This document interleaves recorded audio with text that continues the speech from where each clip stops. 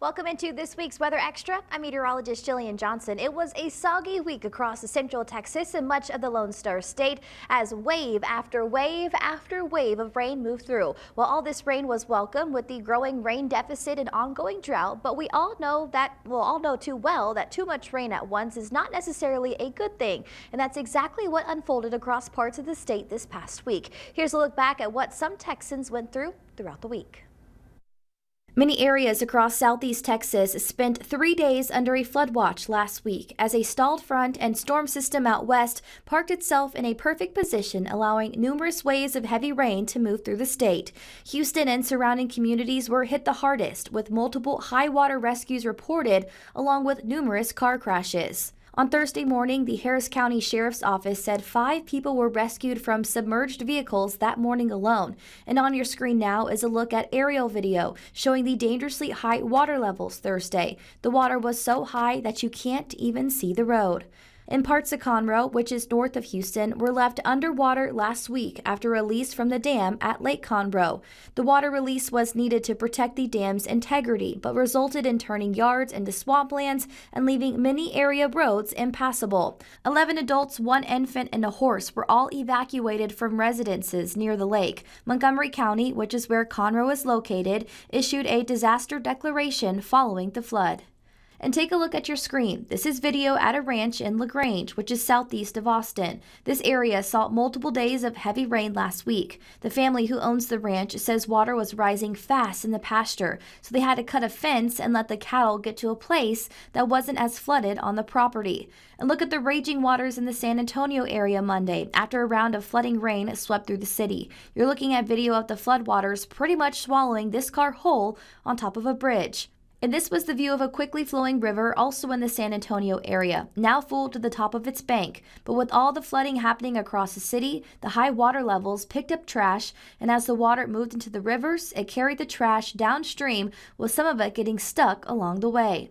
Here's more heavy rain which led to flooding and car accidents out in East Texas. 1 person was hospitalized after a car flipped over in a ditch due to the slick roadways. The heavy rain also left residents stuck as water flowed over many streets, leaving them impassable. Here's the view of some of the river flooding that took place across parts of central Texas. Sidewalks covered with water that should be flowing down the river. The ground completely saturated after the heavy rainfall. And if it wasn't raining this week, then you probably had a view like this after the rain cleared. Dense fog moved back in right behind the rain. Here's the view of the thick fog at DFW Airport, but many areas across the state had scenes like this last week, creating very hazardous road conditions, which resulted in many accidents statewide. Thankfully for us in central Texas, flooding wasn't a major concern with this past rainfall event. Now, totals did vary quite a bit across the area, like you could see behind me, but we all received some measurable rainfall and, of course, beneficial rainfall. Rain totals were highest east of Interstate 35, where anywhere from 3 to 6 inches of rain fell. As you just saw, the flooding was worse across the southeast Texas, where more than 6 inches to a foot of rain fell in some locations. Now, our central areas recorded anywhere from 1.5 to 3.5 inches. This does include Waco, Killeen, and Temple, but out west of I-35, not everyone was as lucky, with only around 1/4 inch falling in parts of Mills and Hamilton County, but closer to the interstate, between 1 and 2 inches fell. All this rain did in fact help out with the current drought across central Texas. Here's a look back at the drought monitor from January 18th. As you can see, abnormally dry to moderate drought conditions were found across our area, with no drought across our northern counties of Hill and Navarro, with some severe and extreme drought still ongoing across Williamson County. Fast forward to our drought monitor from this past Thursday, the 25th. As you can see, majority of our northern and eastern counties no longer under any form of drought, with drought conditions improving area-wide as well. Well, that's the good news to share, but there's also more good news to report to you. The latest update only counts rainfall in our area since 7 a.m. Tuesday, so any additional drought improvements from the rain that fell in our area after 7 a.m. Tuesday will show up on the drought monitor update next week. We'll be sure to bring you those updates. Meteorologist Sean Bellafury joins us now in studio to take a deeper dive into the statistics of this significant rainfall event and what it means for central Texas. Sean. Even though Central Texas just narrowly avoided some of the more prolific rainfall totals coming from this stubborn stationary boundary, we of course did set a couple of records here in our area. I wanted to break down kind of the setup of what happened. Early in the morning on Monday, we had this warm front that attempted to lift into Central Texas, but it stalled out for a couple of days, keeping us on the colder side of the front and likely keeping our rainfall totals a lot lower than what they would have been had that front had moved in and stalled out closer to home. The stationary front was just the train tracks for Pacific moisture, for Gulf of Mexico moisture moving in, and it wasn't until a storm system pushed its way through that system finally got out of here on Thursday. The highest rainfall totals fell across the Brazos Valley and close to the Houston metro area, and in fact these totals are just staggering if you really think about it. From the 22nd to the 25th, coming from the National Weather Service in Houston, just near Brenham in Washington County, almost 13 inches of rain. Huntsville and Walker County, 10.69 inches of rain, and even down close to the Houston area, Katy, Texas, seeing 8.71 inches last week. Here in Central Texas, the radar estimated totals were pretty decently high, 1 to 4 inches for the majority of us, but Waco, Temple, and Killeen all recorded some very impressive totals in their own right. 4.26 inches of rain in Waco, 3.6 inches in Temple, 2.91 in Killeen. It's the rainiest January since 2013, but we also set a couple of more records as well. Monday's 2.07 inch total at the Waco airport set a daily rainfall record. It was also the 8th rainiest January day ever in history. Records go back to 1902. It's 27th rainiest day in the last decade, and it was the rainiest day since November 24th, 2022. In fact, 2023 was the first year since 2006 that we haven't recorded over 2 inches of rain in one day during the year. Reporting in the studio, Sean Bellafury, KWTX News 10.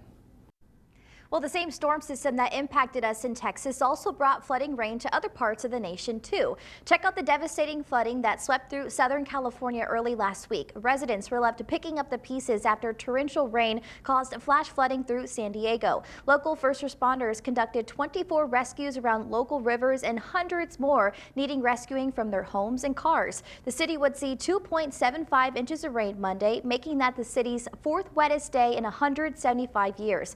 San Diego normally sees just a little over 2 inches through the entire month of January. And our friends to the east across parts of Louisiana and Mississippi also underwater with this storm system. Flash flood warnings were issued along the Gulf Coast states this past week. Hours of rainfall led to high water levels, forcing drivers to flee their cars on the side of the road. What you're seeing now was a scene across parts of Louisiana this past Wednesday. Coming up after the break, learn how one company is changing the fashion industry forever. We'll have more on what solution they came up with to help the world recycle clothing. Stick with us. We'll be right back. Welcome back to Weather Extra. The changing climate could cost the global fashion industry billions of dollars in the next few years. According to a study from Cornell University and investment manager Schroders, extreme heat and flooding have been causing a massive impact on 4 of the world's top garment-producing countries. Researchers say Bangladesh, Pakistan, Vietnam, and Cambodia are predicted to see a 22% drop in earnings from exports by the year 2030. That would cost those countries an estimated $65 billion in earnings and 1 million fewer jobs due to slower productivity. The 4 Asian countries together account for nearly a 1/5 of all global apparel exports. That includes housing 10,000 factories with more than 10.5 million workers. Pakistan has been especially hit hard by extreme weather. More than 1/3 of the country was underwater last year during historical flooding. Heat has also taken a toll on these nations, with temperatures soaring above 100 degrees during spring and summer.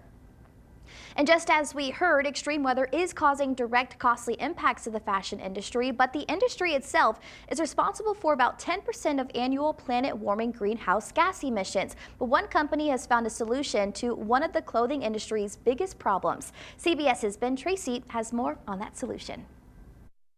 We're on a mission to protect the planet from the cost of clothing. Connor Hartman is Chief Operating Officer of Cirque, a climate tech startup in the former textile mill town of Danville, Virginia.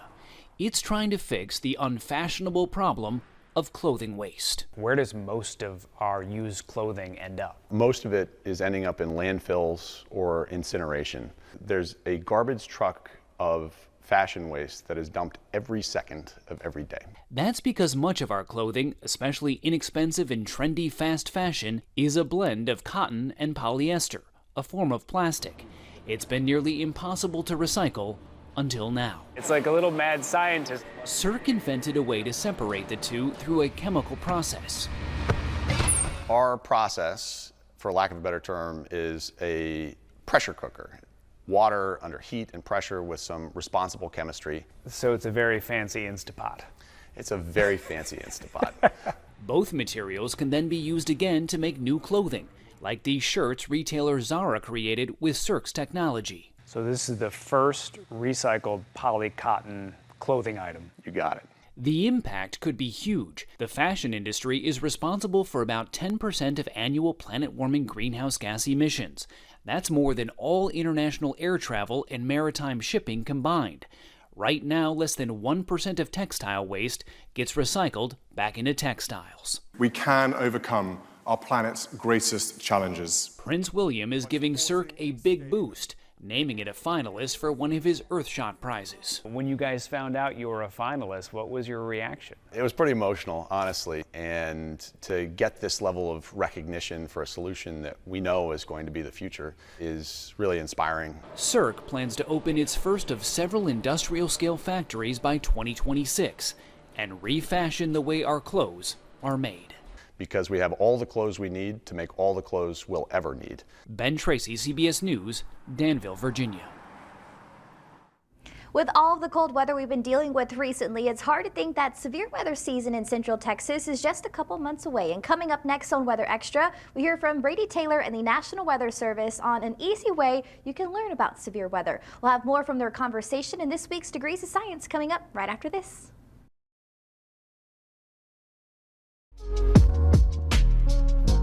Welcome into this week's Degrees of Science. This week we're talking about an easy way that you can learn about severe weather and in turn could help your community keep safe with severe weather. Today we're joined by Patricia Sanchez from the National Weather Service office in Fort Worth. Patricia, a lot of people know of Skywarn, but it's more of a storm spotter training. This year you are kind of rebranding it where it's more for people that just want to learn about severe weather, right? Yes, definitely. And it's a concept. We know that Skywarn is kind of a community here in North and Central Texas, but rebranding on renaming it as a severe weather education kind of just opens the door for people to understand the concept and why, we want people to understand what severe weather and also prepare for severe weather, and also the very important part of reporting severe weather in the area. So what would people learn if they went to a Skywarn training? What are y'all going to teach them about when it comes to severe weather? Yeah, so we go through different phases. The first part is to kind of understand what are the concepts, what are severe weather concept, what is a thunderstorm, what is a thunderstorm, severe thunderstorm versus a non-severe thunderstorm. Understand a little bit of what different ingredients come into together to produce severe weather. All those little tools that kind of understand the uncertainty, but also the same thing, understanding what causes it. And of course, we kind of go to the second phase of preparing. What should people prepare for? Is their community prepared? Do you know what to do in the different locations? Just so that way we can kind of understand, if we are prepared, we can report to the Weather Service, correctly. We know what they want, what they need, but also in a safe and in a timely manner as well. One of my favorite parts of your Skywarn training is how visual the teaching is, because we can tell people what a tornado is or hail and stuff like that, or what the clouds may be doing, but how much does that help people by being able to look at a cloud or what's going on and know what's happening with the environment? Yeah, definitely. We try every year, we try to rebrand and try to update our presentation, and it's great that we always go back to our image, the pictures and how we can really understand the different characteristics, and we use all these images that we use is from our people, from our community that we get every year. That's why we always at the end of the presentation ask people if you have any picture or very interesting view that you've seen in the past, please share it to us so we can reuse it for future presentations. So we're talking about now that you are trying to educate more than just storm spotters, but tell us how important are storm spotters and their information into what you do at the Weather Service when it comes to watches and warnings and keeping people safe? Oh yeah. Yeah, it's definitely one of the very, very important role, because our spotters, the more people know and understand, that can report better. In these classes, we also teach them how to report, what to report, when, and all these little things, that be as more specific as possible. All those things that can really help us as a warning forecaster to be pretty much the truth, the ground truth, the eyes and ears of what's really happening out there. Because we do have radars, they're really great tools across the region, but we don't really know exactly what's happening at the surface, what's happening really out there. So they play a very, very crucial and very important role. We do have the warning, we do have the reports, we can update the warning to what's really happening and out there.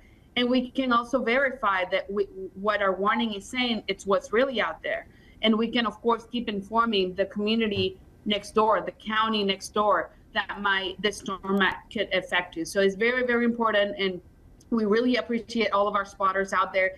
When it comes to the 2024 version of Skywarn, y'all cover a really large area, and you're not going to every single county, but if people want to attend one of these in person, does it have to be in the county they live, or can they go to other places to take the class?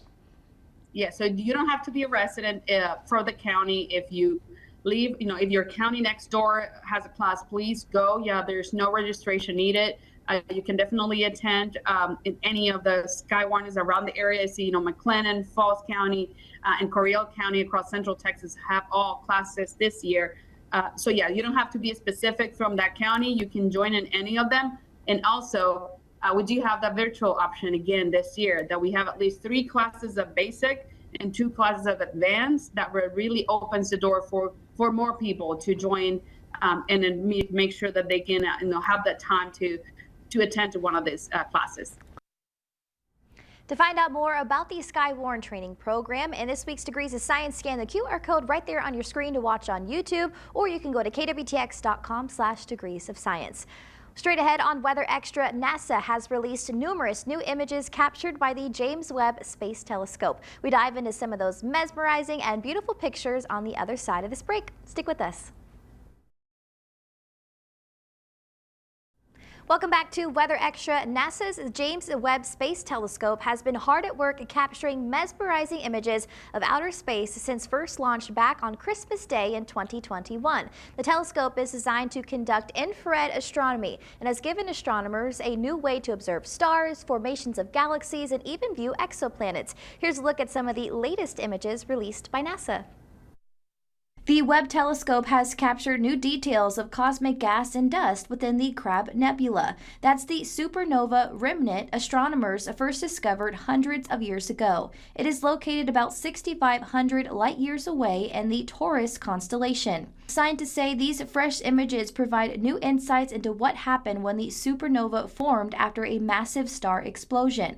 The Webb telescope was able to pierce through the nebula's dust to reveal features previously unseen. One of those, the nebula's pulsar heart, seen as the central white spot, and it spotted thin white lines that show the pulsar's magnetic field. Scientists say the Crab Nebula continues to expand. And NASA released a new image of the youngest supernova remnant in our galaxy called Cassiopeia, or Cas-A. This is the closest and most detailed look inside the exploded star. Astronomers used the Webb telescope's near-infrared camera to see the supernova remnant at different wavelengths of light than those used in previous observations. Aside from being beautiful, the image could help researchers better understand the process that fuel these massive celestial events. And take a look at this. A massive explosion in space has been detected, and it's over 1 million times brighter than the entire Milky Way. The gamma ray explosion is the second brightest ever witnessed in over 50 years. The burst created a kilonova, 2 neutron stars merging in a galaxy about 1 billion light years away. That's according to a study published in the journal Nature. Chemical elements, some necessary for much of life on Earth, were detected within the aftermath of the kilonova. NASA also released this new image of the Milky Way's galactic center, about 25,000 light years away from Earth. The latest image from the James Webb Space Telescope shows a portion of the dense center of our galaxy in unprecedented detail, including never-before-seen features astronomers have yet to explain. The star-forming region, named Sagittarius C, is about 300 light years from the Milky Way's central supermassive black hole, Sagittarius A. Now, the galactic center is close enough to study individual stars from the Webb telescope, allowing astronomers to gather unprecedented information on how stars form and how this process may depend on the cosmic environment, especially compared to other regions of the galaxy. And finally, NASA also released this image that shows what is described as a satellite galaxy to the Milky Way. In this picture, you can see a bright young star within a colorful nebula. The star is identifiable as the brightest spot in the picture, surrounded by 6 large spokes of light that cross the image. This nebula is known as N79, and N79 is a massive star-forming complex spanning roughly about 1,600 light years in a generally unexplored region of space. Webb's view of N79 showcases the region's glowing gas and dust. This is because mid-infrared light is able to reveal what is happening deeper inside the clouds. The telescope is now providing astronomers the opportunity to compare and contrast observations of star formation in N79 with the telescope's deep observations of distant galaxies in the early universe. Well, that's all we have for you on this week's episode of Weather Extra. As far as the forecast goes for the upcoming week, we do have a much quieter week ahead as we close out January and head into February. Not only will we dry out, but we're also going to warm up. Have a great week, Central Texas. We'll see you again next weekend for another episode of Weather Extra.